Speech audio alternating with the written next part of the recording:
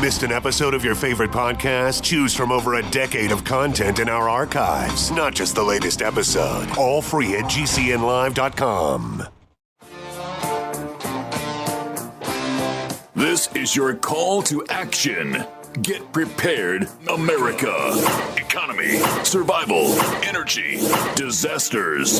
This is USAPrepares.com. Informative radio, educational radio. Interact now by emailing instructor@USAPrepares.com or text at 434-390-7953. Class, please take your seats. Now, your instructor, Vincent Finelli. Everyone all set? Cocked? Locked? Here we go. Your dial set correctly to a USA Prepares. We're delighted you're here. And we're broadcasting from high atop the Missouri Ozark Mountains, 2 hours, Monday through Friday. There's a call-in line, 866-582-9933, 866-582-9933. And if you'd like to listen, take us with you as you travel, there's a listen line, 605-562-40. No, give you a different one. 605-477-3249. 605-477-3249. We've got multiple listen lines, and I just wanted to give you the one that's on top of my list. Today, we're going to be talking about pickling 101. We'll be talking about fermented foods, pickled eggs, fatted eggs, and how you can do these yourself. Food preservation. And then we're going to talk about society in collapse, a case study. Geraldton, Western Australia. With us today, Guineith Isaacs. Welcome, Guineith. Hello, Vincent. How are you today? Very, very well. I want to tell our class what happened yesterday, in case you're wondering where I went with Dr. Richard Allen Miller. We had a lightning strike, a massive lightning strike hit the farm. And it destroyed a bunch of our equipment. It took out, it took out a couple Ethernet switches, took out a computer, monitor, router, and one of the things that I did when we built this house was I put some of our network equipment in metal enclosures, kind of like fire alarm boxes with those hinged steel doors. And so the network switches are in those kind of boxes, protected. And even inside the box, the metal box, the network switches were scorched from this massive lightning strike. So we've got to crawl around this weekend and take a look at the roof and see if there are any holes in the roof and see how many of our electric fence chargers were destroyed. But yeah, we took a, I would say, pretty darn close to, if not a direct hit right here. And other electronics were destroyed as well. So yeah, it can happen. It took us a day to get the equipment, get spare equipment that we had already configured and up and running. And it took the network utility guy to come out and replace whatever he had to do, as well as, in terms of ground wiring and those things that were in the ground, and attenuators for surges, and replace the router. So that's what happened. And, it can happen at any time.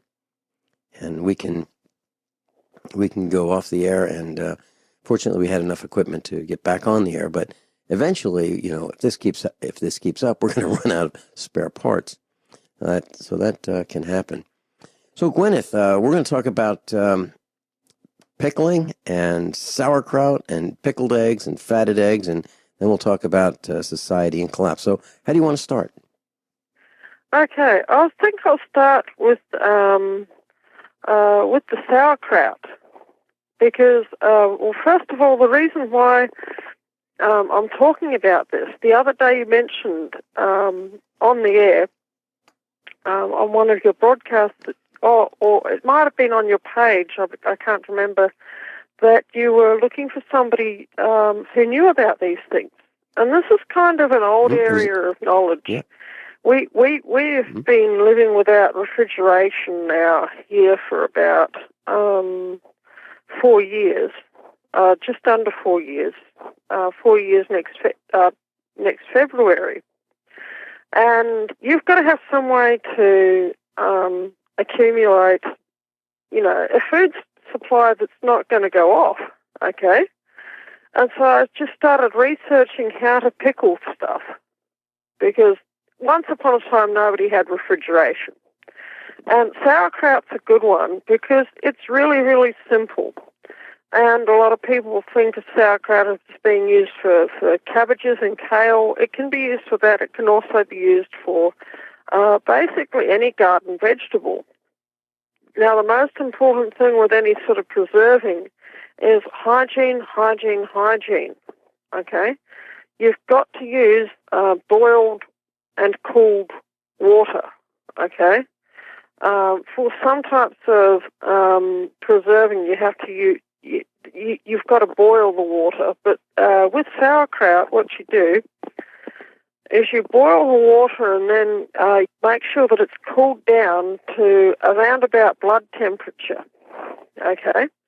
Now, this recipe will go for a gallon jar. Okay? So that's 4 litres. While your water is boiling, what you do is you get your vegetables and you cut them up, and or before you cut them up, obviously, you wash them. You make sure that they're really, really clean.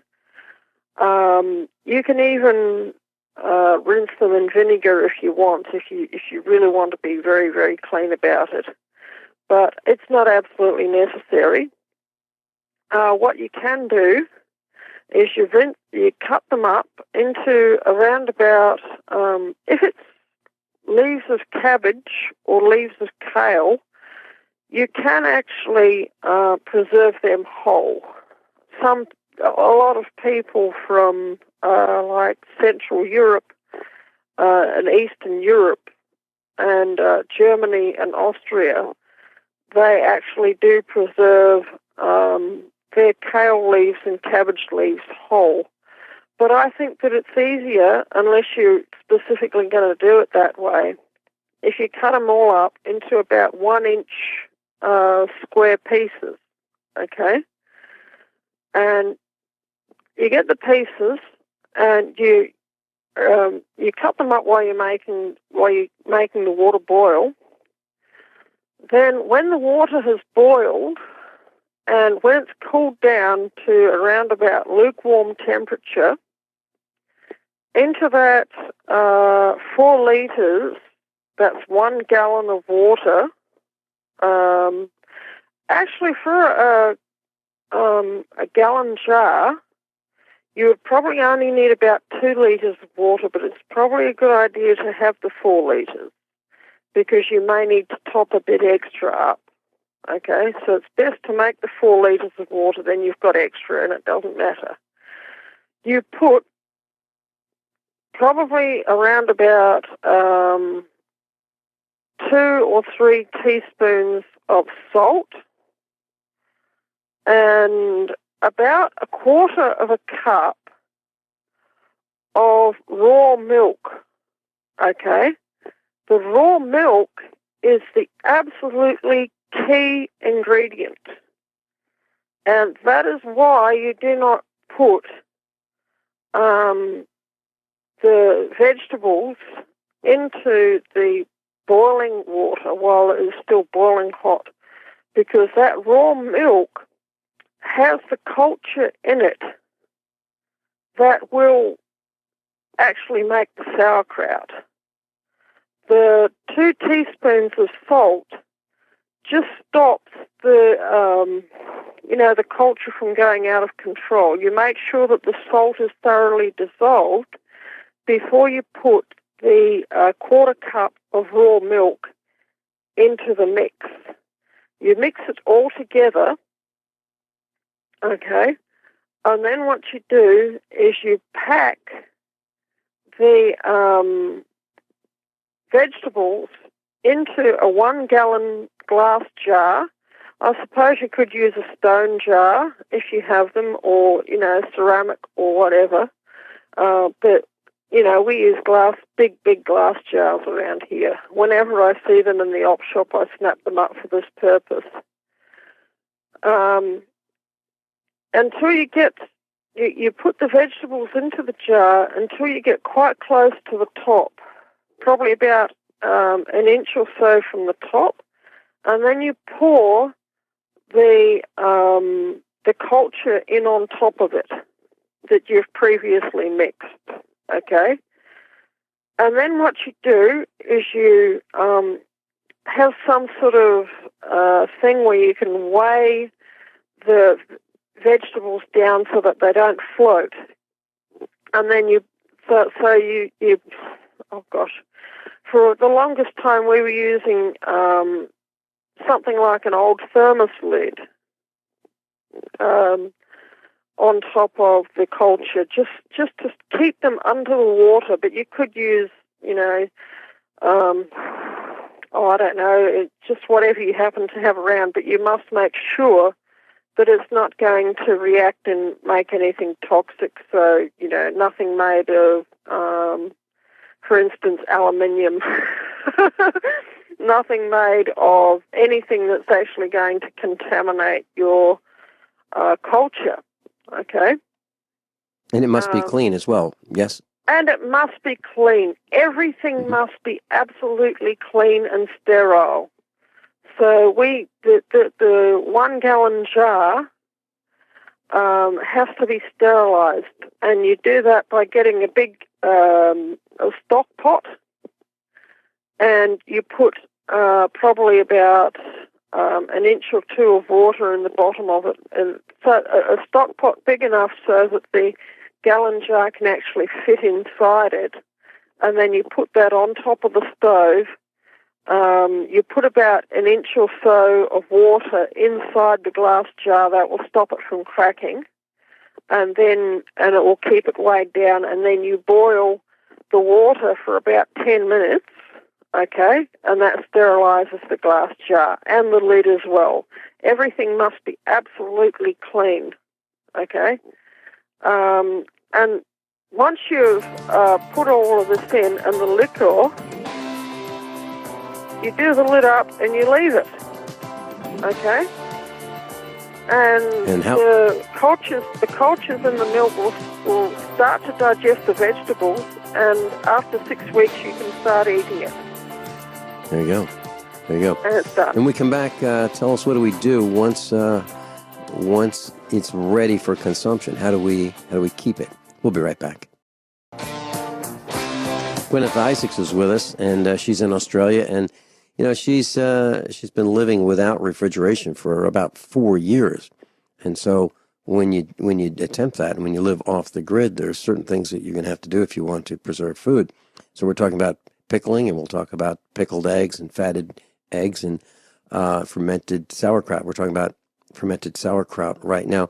So Guineith, once you have the sauerkraut ready for consumption, how do you keep it so that you don't have to eat it all at one time? Well, this particular recipe, you keep taking it out as you need it, and as long as your utensils that you're serving with are absolutely clean, okay, you can just keep taking it out. And because it's a living food, okay, it's got the same bacteria in it that are in your gut, okay? So you see these ads for probiotics, and they say, well, we've got so many billion bacteria in these little tablets. Well, sauerkraut has these same bacteria in it, and that is what helps to preserve the food. It's actually a probiotic living food. It's super nutritious, and as long as your utensils are clean, you can keep eating it over a period of weeks or however long, and just take what you need and then put the rest back. So and you can you don't need to put it in jars? What was that, sorry? You don't have to you put it in jars. I suppose you could if you wanted to, but it's not absolutely necessary. Yeah, I think I'd like to put it in jars, and you can do it that way. Okay, you can do it that way. Clean type canning jars. Okay. Yeah, that's right. You can put it that way, but you just once again sterilize the jars, and using the same method that I said before. But you just cool them down and get a clean serving ladle and ladle it into the jars, put the lid on, and then put them in the cupboard. You were talking about bacteria, and I asked Dr. Shealy. I have a couple of large dogs, bunch of large dogs, and I said, one of them slobbers in the dog bowl, and I asked him if I could take that slobbery water. I keep changing it many, many times a day. If I could take that water and water potted plants like that are for food with that, and would that bacteria, that beneficial bacteria, help break down the soil? And he said, absolutely. So what I do is I take the dog's water bowl and empty it into like the garden or wherever we're growing food. And it seems to be working. So you're talking about beneficial bacteria. So I didn't want to gross anybody out, but I just want to assure that it works. Okay. What about... Dog saliva is absolutely remarkable stuff. It really is. We have a number of dogs here. I breed I breed border collies, and I have an idea I have an aim to be able to breed a miniaturized sheepdog for people on small holdings. Because the sheepdogs that you have, which are the normal standard-sized sheepdog, they're big. They eat a lot. If you've only got 10 or 20 sheep or goats, or just a few cattle or whatever, you probably would need a full-size sheepdog if you were going to round up cattle.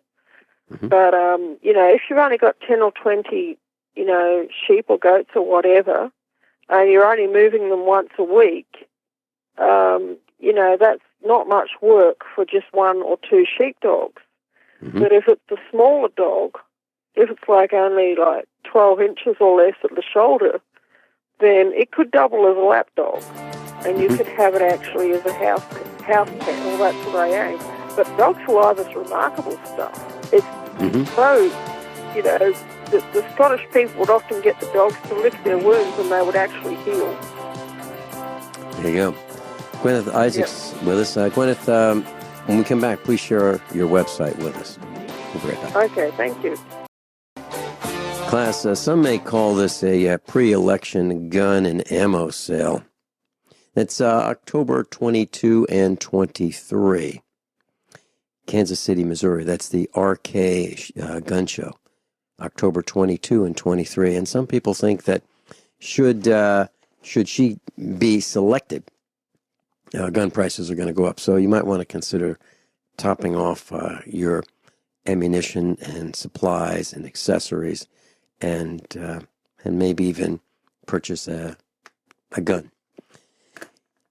Guineith Isaacs, how do we get to your website or your Facebook page? Okay, my Facebook page is www.facebook.com /Aussie Common Law, AUSSIE COMMONLAW. And that is the Common Law Education and Resource Centre. And that's where I do a lot of my common law work. But I'll tell you how I managed to get into that, okay? That was a number of years ago. I used to live in Geraldton in Western Australia because that is where my whole family is from. The first members of my family arrived in Geraldton in around about 1926. So we'd been there for a long time, and we had, bred up. And if you go to Geraldton today, we need to hire the Veterans Association Hall, which is called the RSL, Returned Services League Hall, if we need to have a family get-together, because there will be several hundred people show up. And Geraldton, in a lot of ways, is a lovely town, okay? But just lately, it's really started to have some problems. And, oh gosh, the local police are absolutely, totally corrupt. That, I would say, is probably about three-quarters of the problem, and the other quarter of the problem would be the local municipality, which is also totally corrupt, and apparently just about to go broke. I have my son has just arrived back from Geraldton after spending around about the last 9 months or so there, and the report that he's brought back with him is not good. Apparently, a very high proportion of the young people who live in Geraldton actually have syphilis, because there were a pair of pedophiles who were living in Geraldton, a man and a woman, and they were abducting children, doing whatever they do to them, and then letting them go home. And so they were, instead of, catching them and, killing them, they would catch them, molest them, and then release them. And this pair of pedophiles had syphilis. And at the time, when we were living in Geraldton, these pedophiles were stalking my son, and I tried contacting the police numerous times, and they did absolutely nothing. And finally, in desperation, I made 2 YouTube videos about these pedophiles, and that got the police's attention, all right. They came and arrested me for making these YouTube videos, naming and shaming and requesting that the police go and arrest these 2. Because they lived 200 metres from our house, and I was a stay-at-home mum. I had a vegetable garden and I had a goat pen in the suburbs of Geraldton, and a chicken pen and a pigeon pen, and I would spend my days in my backyard looking after my animals and looking after my vegetables. And I would hear the screams of the children as things were happening to them, and it would be about between 2 and 3 children a day, and that's what the result of that is now. You've got a whole generation of children around about my son's age, so between 12 and 18 years old, and a high proportion of them have syphilis. And, Vincent, that dooms a town. These kids have no future. Syphilis is only treatable if you get the antibiotics quickly. Otherwise, the infective, whatever it is, goes into the spinal fluid, and it goes into the bones. Once it gets to that stage, it cannot be treated with antibiotics. And it, over a period of 10, 15, 20 years, it leads to insanity and then death. It dooms a town when you have that many young people in the town with a disease like syphilis. The whole thing could have been prevented if the police had gone and arrested this pair. They knew who they were, they knew where they were, they knew what they were doing, and they did absolutely nothing. And you know what? Oh my gosh, the my son's, my brother, my son's uncle, he lives in one of the poorer areas of Geraldton. And if you are, walking around the streets, you can absolutely just smell the hemp farms in the backyards. That's the only economy that people can, organise themselves with, is growing hooch in their backyards. And the backyards that don't stink of hemp, a lot of them stink of meth labs. So they're growing hemp, they're growing meth. Not growing meth, sorry, they're brewing meth in their backyards. And, it's just so sad to see. It really is. Because right next to this, you have an absolute millionaire's alley of, marina, expensive yachts, high-class restaurants,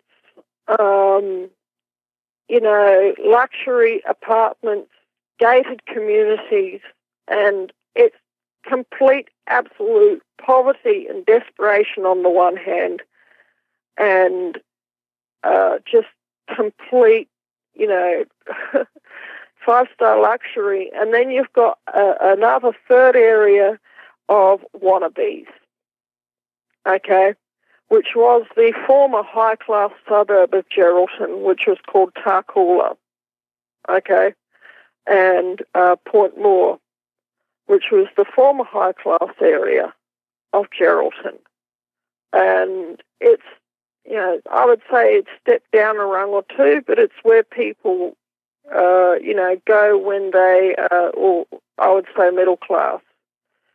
But Tarcoola and Point Moore, like Tarcoola is quite literally only probably about 500 metres from Rangeway Utakara, which is where you get the meth labs, which is where you get the, the hemp farms, which is where you get the riots on the streets, a certain proportion of nights of the week. And it's terrible to see. Are you saying that the drugs and the sexually transmitted disease are the ruination of Geraldton? Well, yeah, but ultimately they both go back to police corruption, because the syphilis epidemic was initially spread by one pair of pedophiles.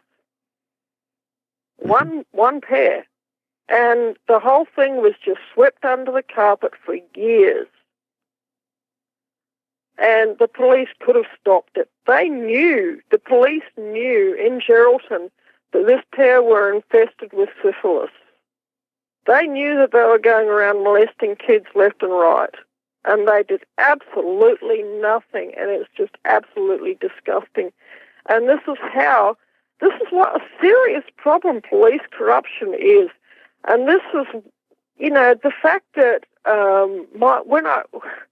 when I was arrested for making these YouTube videos about this pair of pedophiles, by the way, if anything happens to me, friends of mine have the names of these pedophiles, and they will be named and shamed on air.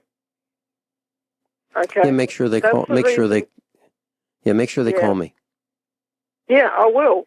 I'll tell them to call you if anything happens to me, because there was a woman who lived at a place. What was it? Port Denison, I think. I'm not sure of the name of the place. Actually, but it could have been Jurien Bay, it could have been Port Denison, but a holiday sort of fishing village, probably about 80 kilometres south of Geraldton. And this woman, it's really very sad what happened to her. Her name was Heather Glendinning, Glendinning, and she had 2 children, and she had a really, really nasty boyfriend, and his friends. It's not even certain today what happened, but what the police found was her and her 2 children in their holiday home that they lived in permanently, and they all had their throats cut. And there was blood everywhere, and the police in Geraldton said that she had killed her children and killed herself, and it was not true. And a friend of mine, Wayne Glue, knows the full story. Hold that thought. Hold that thought. Background. We'll be right back. Guineith Isaac's with us. Guineith, I posted a link to your Facebook page on page number 1 of usaprepares.com. So, class, if you'd like to get to Guineith's Facebook page about common law, just go to usaprepares.com. It'll take you right there, and then you can bookmark her Facebook page. Guineith, as a parent, I see red just thinking about this. And I don't want to say exactly what I would do. However, I don't think it'd be pleasant for anybody involved if any of this happened to any of our children. So my question is, why haven't the parents meted out justice in their own way to these pedophiles, these perverts? They don't have guns. Uh-huh. As far as you take 10 people. Yeah, take 10 people and just go visit them. Well, okay. If they do, don't have then guns. the police will actually arrest them because the police have guns and the locals don't. Hmm. Well, there you go, class. That's why you need to make sure you in can America protect must not yourself. give up your guns. Okay? Anyone who has firearms here, you've got to have a really good reason. And even if you do have a gun and you go around there and you mete out justice, it's going to be blamed on you. And you are going to be dragged through the mud. And you're going to have an absolute dickens of a time. I mean, they arrested me and made my life hell for simply posting a YouTube video exposing these 2. 2 YouTube videos exposing these 2. Okay. What were they? Were they pillars of the community? I mean, what was with these 2 people that made them so significant? I mean, were they in government? From what I gather, the woman, because it was actually a woman and a man, the woman was actually related to a former state premier, state governor. Okay, but we don't call them state governors here, we call them state premiers. So, because she was the 3rd cousin of the son of a former premier, that was the reason why she had developed a certain Teflon coating. And because this son of this premier had his own skeletons in the closet as well, it would have blown the whole thing wide open. Well, there's this thought in the United States that if Hillary is selected against our will, justice will be meted out all across the country.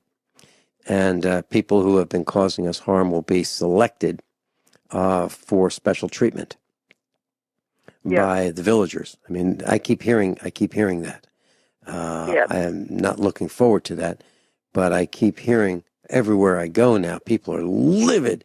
They're absolutely furious. I saw a woman traveling in her Cadillac sport utility vehicle, and she had a Hillary sign on it, and I thought, I can't believe it. This car has not been bludgeoned with a sledgehammer. How is that possible that this woman's riding through, our area here with this offensive Hillary sign? Yeah. It's Hillary's and class, make no mistake. Anyone who supports Hillary is an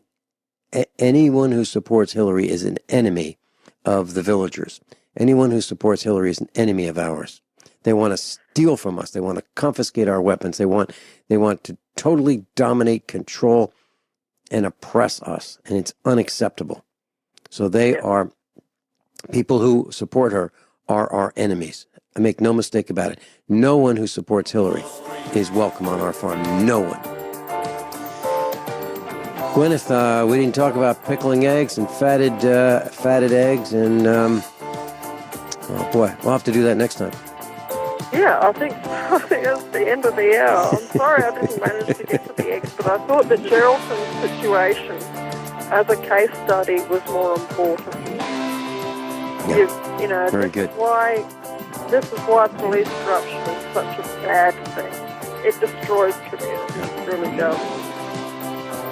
And I keep hearing that there are so many good cops. And okay, all right, just why don't they show us bad one. Ones? Show us one. Right, you're absolutely right. Yeah. Guineith, thank you so much for being with us. Okay. Everyone all set? Cocked, locked, hour number 2 of USA Prepares. I'm Vin Finelli, and with us is Rich Scheben. He wrote a book, One New York Man's Journey to Off-Grid Living in Montana. Welcome, Rich Scheben. Well, thank you for having me, Vince. It's always a pleasure. You know, Rich, I was thinking during the introduction of this hour number 2, I was thinking about, us in the kitchen, you and Rick Miller and Matt Stein and John Statmiller and Aaron Dakins and a whole bunch. Ed in Florida was with us. There were a whole bunch of us just laughing and having a great time. And I miss that. I really do. It was a lot of fun. So, yeah. Most an American needs to do is sit around the table with a fire and have conversations instead of being addicted to the blue light syndrome.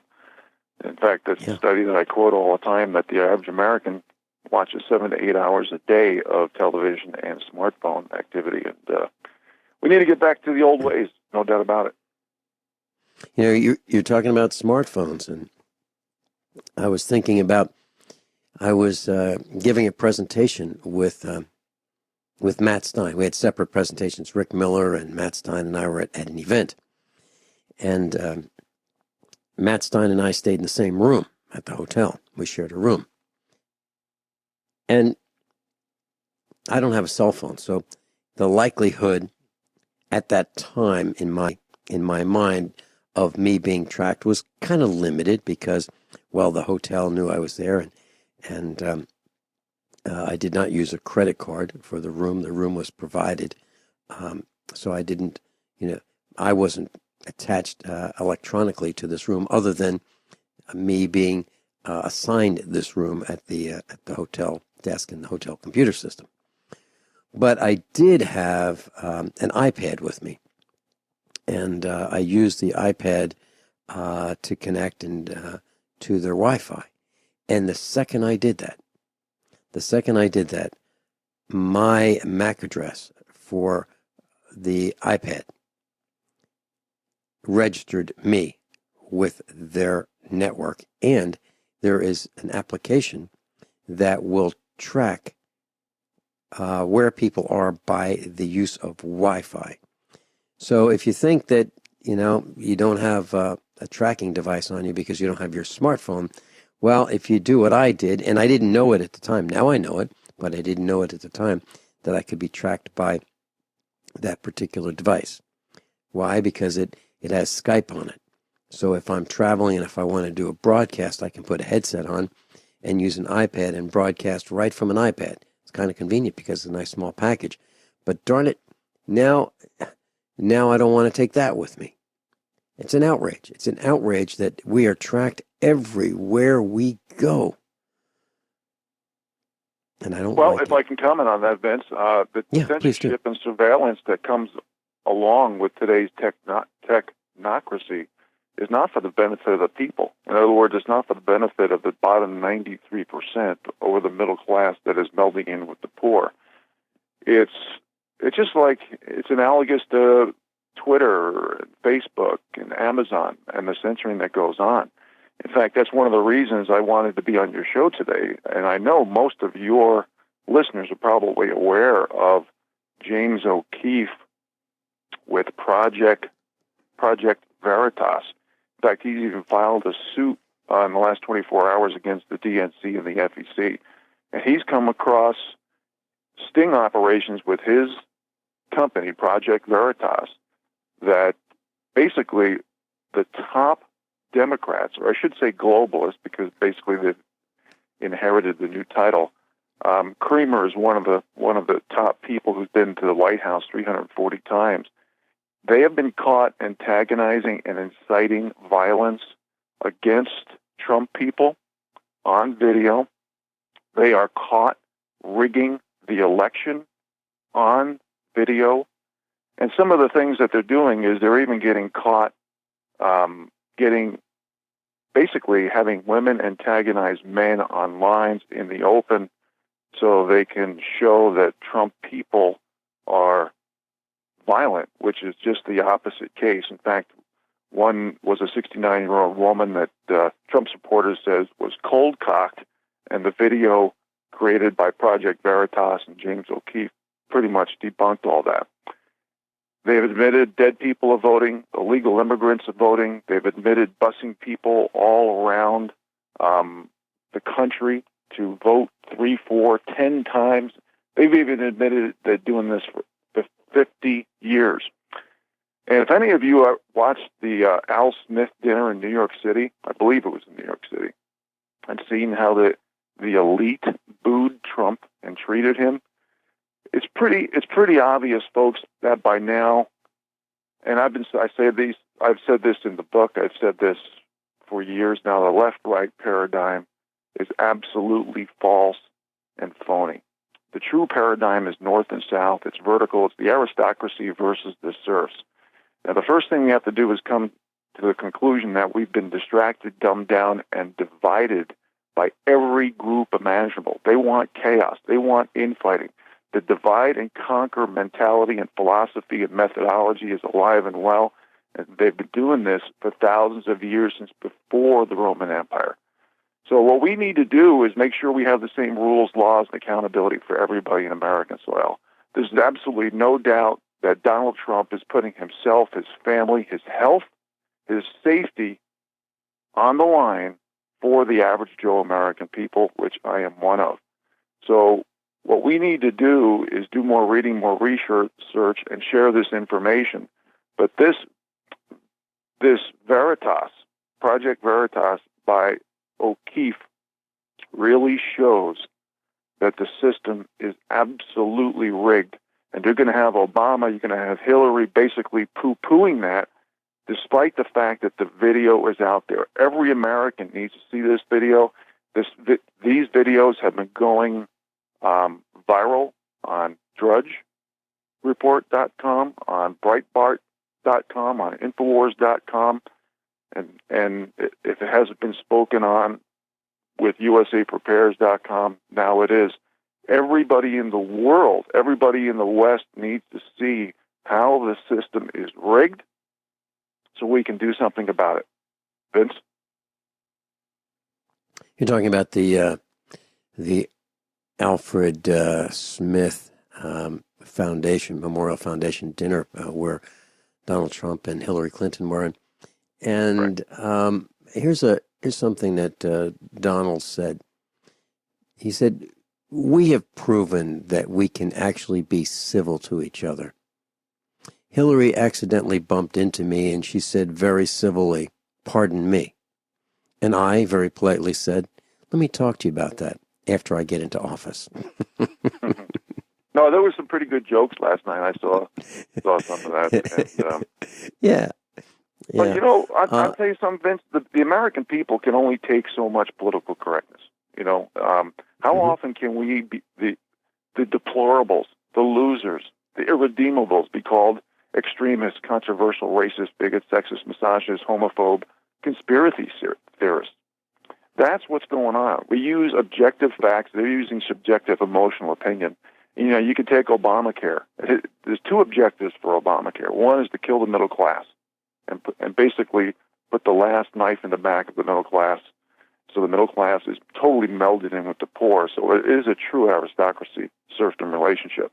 And the second thing is to create, to have it fail, so a single payer system controlled by the feds will occur.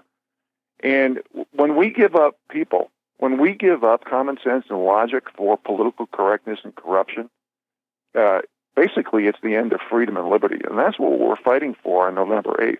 It's going to be freedom and liberty versus corruption, manipulation, fascism, and top-down centralized control.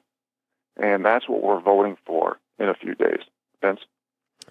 One of our instructors, who will remain nameless, and I were discussing something that Hillary Clinton was talking about several years ago. And that was a skills bank and a job bank. And so wouldn't it be wonderful if we could match up people who have certain skills with jobs? And that way, the government can get involved in making sure, well, on the surface that we're employed. Well, they also have in this database our health records, so they know how old we are. They know they know about our education. They know about our experiences. They know about our skills. They know about our likes and dislikes and so forth. They know whether we have concealed carry permits. They know whether we've been in traffic accidents. They know a lot about us. They have a complete dossier on us, including our images, and they can recognize us with facial recognition. They know so much about us. Well, I was talking to one of the designers of this project, and that designer happens to be one of our instructors. And this was all done on purpose so that later on, if they decide, well, geez, that person, I think we're going to withhold health care from that person. We'll just obfuscate and delay, and then that person will die. We won't treat that person, or we will withhold life-saving medication, and we will rid ourselves of these pests. That would be, people on our team. So it's absolutely true. The tracking is true. What you said about healthcare is true. The design is to reduce population, in my opinion, down to very low numbers. I think they think we are breathing their air as if it's their air rather than all of our air, using all of our resources. We're just a nuisance. And I really believe they want to thin out our ranks. They don't want to thin out their ranks. It's okay that they're pedophiles, perverts, parasites, liars. That's okay with them. It's not okay that we are here to monitor them. We'll be right back. Rich Sheben's was Rich.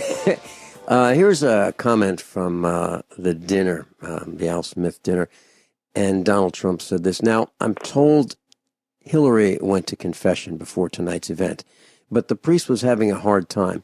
When he asked about her sins, she said she couldn't remember 39 times. The way it goes, I've been to confession when I was younger, and it starts out, bless me, Father, for I have sinned. And then, you tell them all these sins that you've committed. And I remember going to confession saying, bless me, Father. Actually, I've been pretty good. I didn't do the part where it says I've committed all these sins, and it's I've lied 27 times or whatever you're supposed to do. I haven't done that, and I just say, bless me, Father. I've been pretty good. And I get, and it's funny.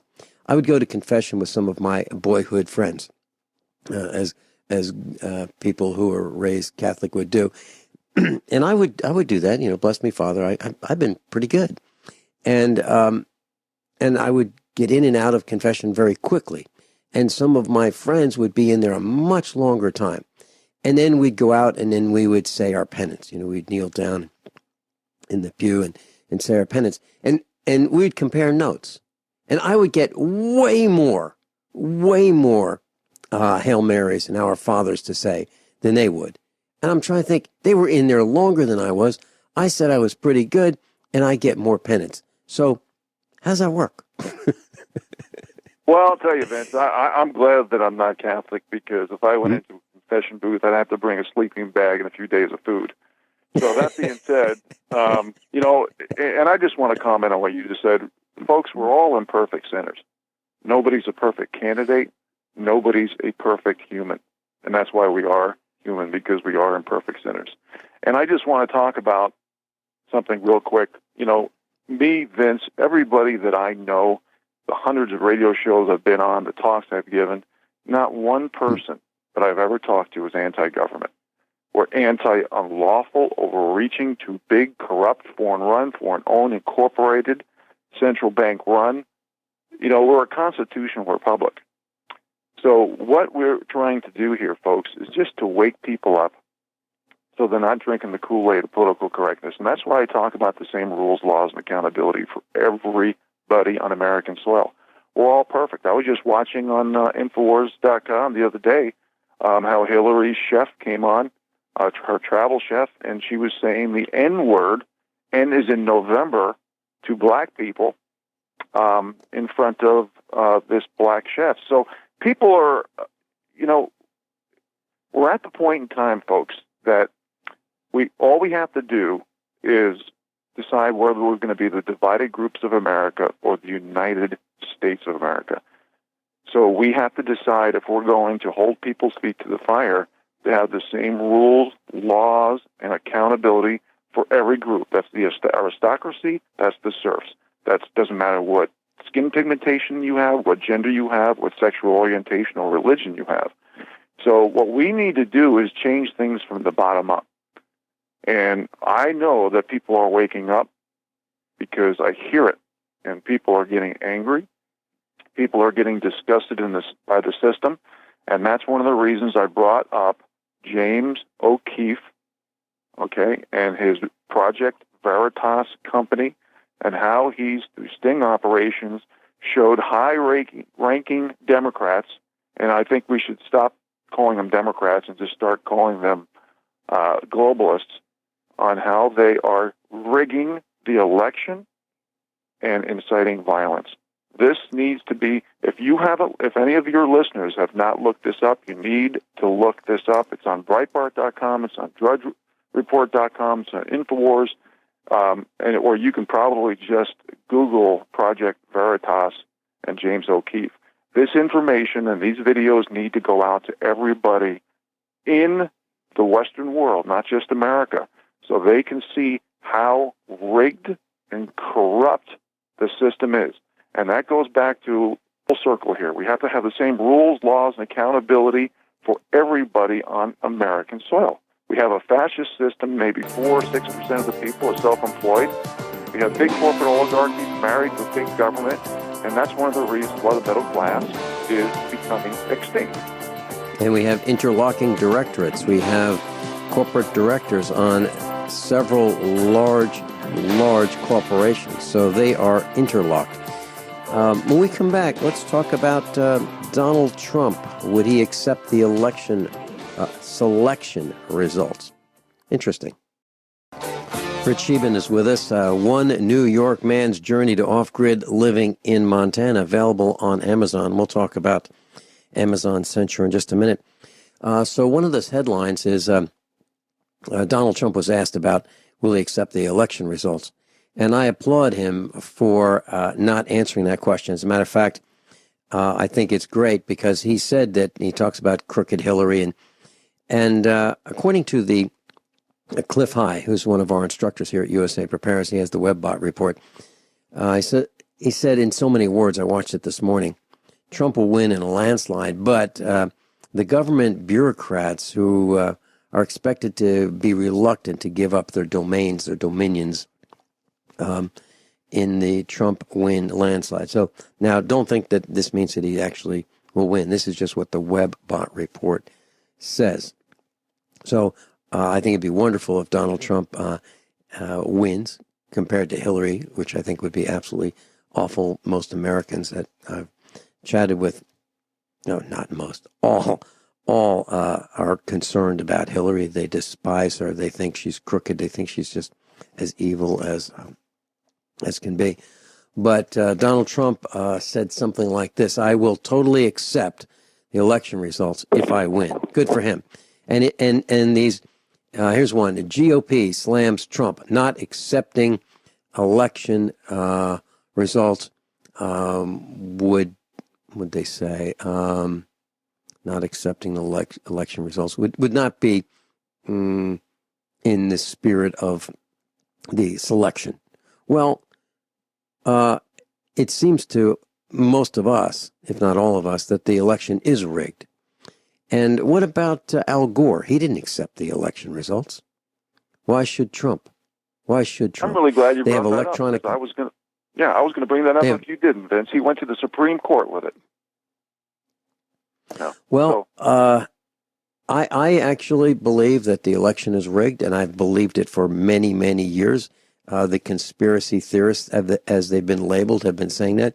There's been voter fraud going on for a long time. The Kennedys were involved in it, and I'm sure before them, people were involved in it. But Larry Nichols mentioned on this broadcast many times that Hillary would win, even in the darkest days when it looked like, a year ago when Hillary had no chance of surviving the election, that she would win. And he said that the Clintons play dirty tricks. And what I'm hearing is that they are using all the tricks in their in the book to win this selection. Mm-hmm. Yeah, and one of them is to blame Russia on everything. You got to remember the 6 corporations, folks, that own the media, okay? Mm-hmm. And they use semantic propaganda. They use Hegelian dialect. They basically manufacture perception, guilt, and pity. We live in an emperor has no clothes society. So what we have to do is use objective facts, and when they use subjective emotional opinion, we need to call them on it. And that's one of the reasons I'm being redundant, folks, on James O'Keefe, Project Veritas. He has come out with proof that the Democrats or the globalists are antagonizing and inciting violence, and they are rigging the election. It's on video. It's admitted by a guy by the name of Creamer, who has been to the White House 340 times. They've admitted dead people voting, illegal immigrants, busing people around from precinct to precinct. It's all and much, much more on video and audio. It's out for the public to see in the world. It's had millions of views. It should have 8 billion views by the end of this week, I hope. People need to realize that it really is not a left-right paradigm. It's truly an aristocracy versus serfdom relationship. And if we don't start speaking up, if we don't start talking about the fascist system and how the central banks are controlling everything. Back in 2008, when they printed trillions of dollars, folks, 95% of that money went to the top, basically 1%. All right? This is not about class warfare. It's not against rich versus poor. It's about corruption and manipulation. That's what it's about. People at the top aren't even earning their money anymore. We have 4 to 6% of people who are self-employed for primary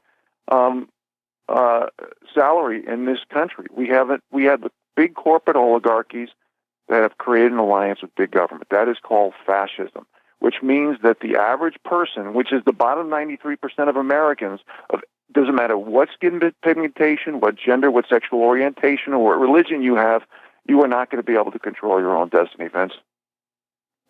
Have you heard that Kate Middleton and Prince William are related?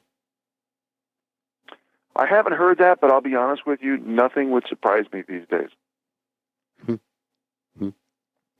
Yeah, here's a post, Daily Mail, August 2010.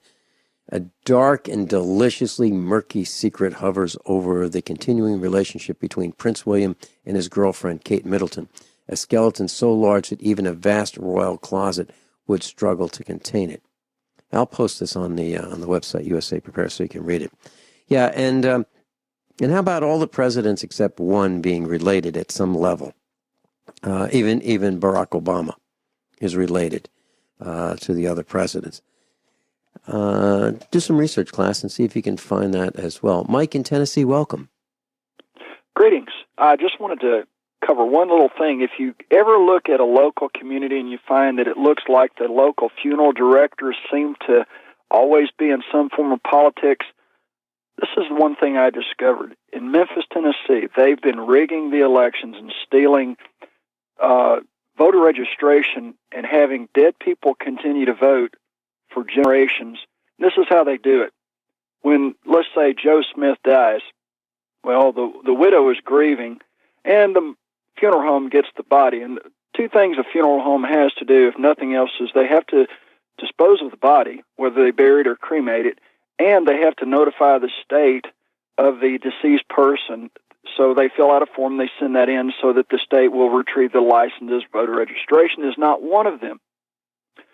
So they take the Joe Smith identity and they call the election commission. They say, "This is Joe Smith. I've lost my voter registration. Can you mail me another?" Sure thing. It goes out in the next day's mail, and the envelopes that the election commissions use are not your standard envelope. In Memphis, Tennessee, they're about 8 inches tall and about 12 inches long, and they have a big green swoosh on them. So you can see them very easily. They're very distinctive. And so they send one of the funeral home workers by to sit there and bird dog Joe Smith's mailbox, and then when the mail is put in the box, they drive up and get it out and take off. Well, the widow, she's busy at that time because the funeral home makes sure she's busy at that time. Nobody notices.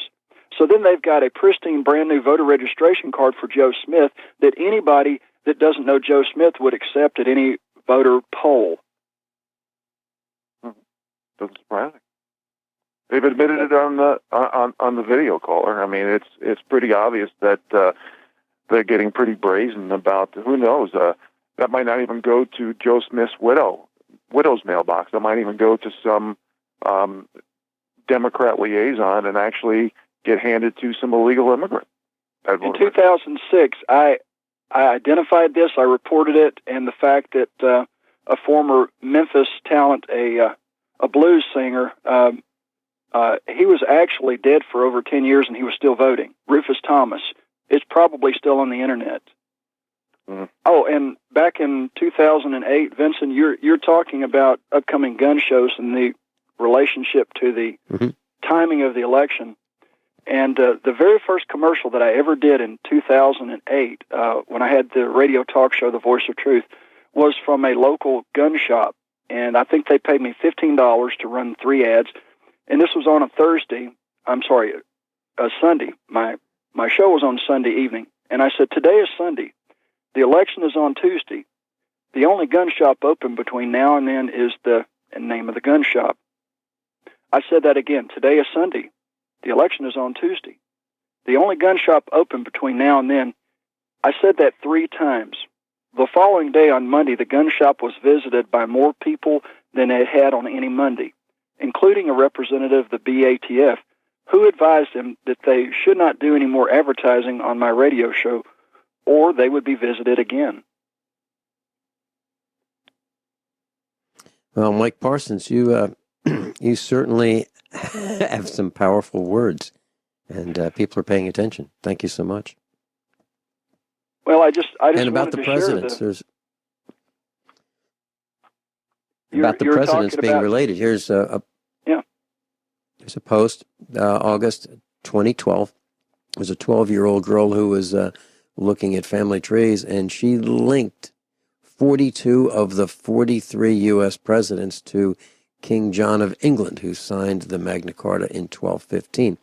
Only one of our presidents is not related to John, and that's Martin Van Buren. All the rest are related. So if we think that we don't have dynasties in the United States, we're mistaken. These guys are related. Vincent, before the last segment, you wanted to ask me a question on censorship with Amazon. I just wanted to remind you about that. Yeah. Anything else, Mike? No, that's it. Just wanted to share. Y'all have a great day. Thanks, Mike. Great. Thanks, Mike. Bye. That's Mike Parsons, USA Preparedness Instructor in Tennessee.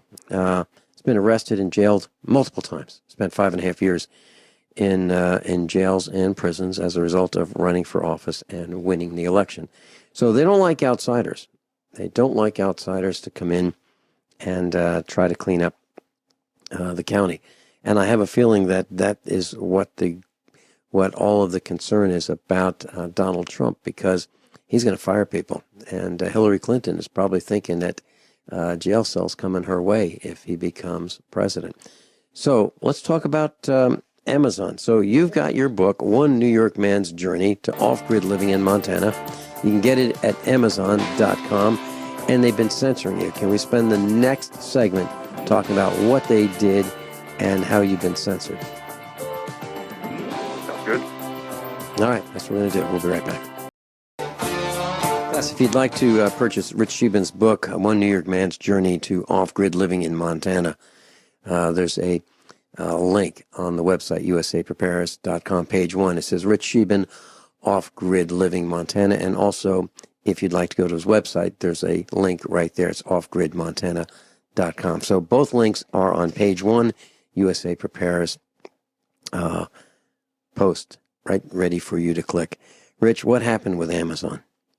Well, with Amazon over the past, my book's been out for over 3 years, folks. So what has happened, Vince, is the fact that they've deleted many 5-star reviews. They've had hundreds of people try to leave positive reviews that couldn't. That ended up contacting me through different communications. They said my book was out of stock. They've misspelled my book titles. The search engines wouldn't pick it up. And I had a phone call. I'm guessing now the timeline, probably 7-8 months ago.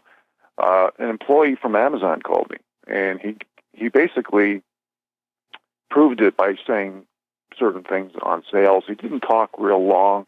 He was very nervous about mentioning stuff, but he told me that people that he worked with loved my book, and that my information was going to be censored by the powers that be. So what we're doing, folks, this is why I talk about, if you ever heard me on the air, I talk about how we need practice what you preach laws. And some examples would be if you're a proponent of severe gun laws and you're anti-gun and you hire private security to cover your butt, this needs to be red flagged. If you're a proponent of Obamacare and you have private health care, that needs to be flagged. If you send your kids to private school and you're a proponent of Common Core, that needs to be flagged. If you're living green, living lavishly, and you're flying around in private jets and own big houses, and you say we need socialism, that needs to be flagged. What we need to do is have the same rules, laws, and accountability for everybody in American soil. I don't care if they did that to everybody, okay, whether it be Amazon, whether it be Facebook, whether it be Twitter, and all the censorship and surveillance that's occurring in this country. But that's not the case. We have a separate tiered system of different rules, laws, and accountability based on what group you're in, and they're very derogatory, degrading terms because they're based on victim group status and protectionist group status. So what we need to do is come together as the poor and the middle class, as the bottom 93%, as the serfs, the deplorables, the losers, the irredeemables, all the words that Hillary Clinton has called us. We need to get together and draw a line in the sand.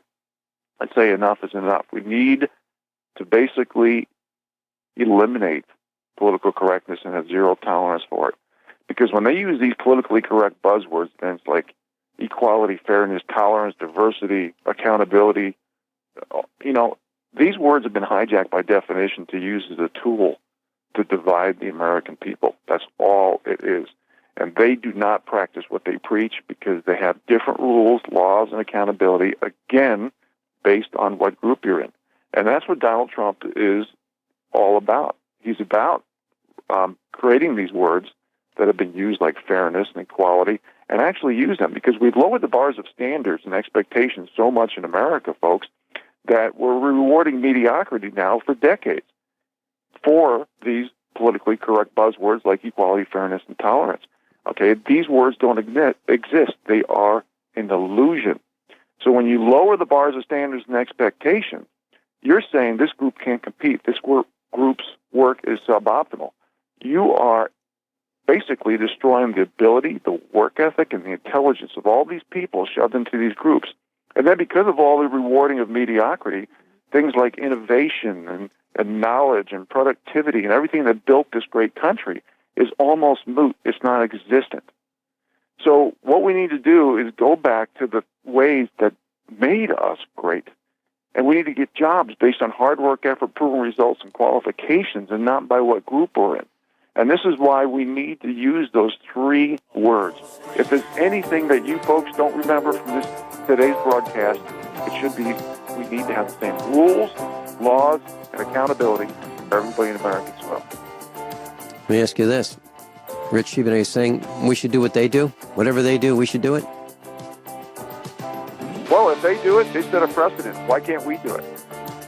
Yeah. Okay. Very good. Very good. Rich Shealy, thanks so much for being with us. Offgridmontana.com. As a matter of fact, I think they spelled, in Amazon, they spelled Montana, Montana, didn't they? Yeah. To help people spelled a lot of the words wrong. Yep. Trying to help people get lost looking for Rich Shealy. Class, above all, honesty and integrity. What happens next is up to you.